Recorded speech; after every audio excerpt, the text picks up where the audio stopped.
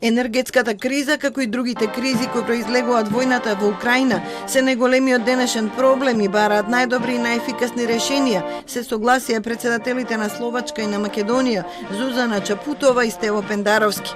Пендаровски изрази очекување Европската Унија да им помогне на земјите од Западен Балкан во справувањето со кризата преку сличен пристап како со распределувањето квоти за ковид вакцини.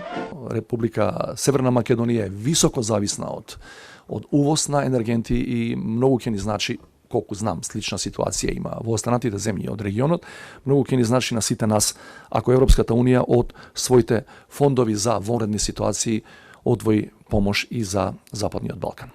Чапутова посочи дека секоја земја е приморана да бара нови солуции и самата Словачка е зависна од увоз, но оваа криза ја смета како поттик за свртување кон обновливи извори, но и задржување на амбициите за зелена транзиција.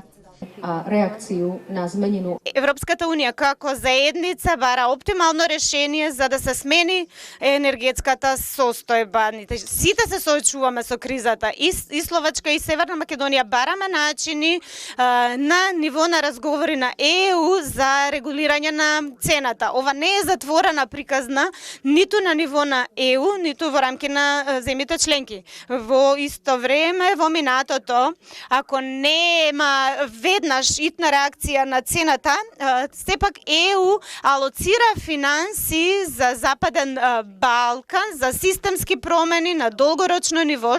Словачка е гласен и постојан поддржувач на македонските евроинтеграции. На двете пријателски земји, со длабоки културни врски од минатото за кои е најзаслужно наследството на сесловенските просветители браќата Кирил и Методи, им предстои поинтензивна економска соработка која се уште не го достигнала реалниот потенцијал, договорија Чапутова и Пендаровски.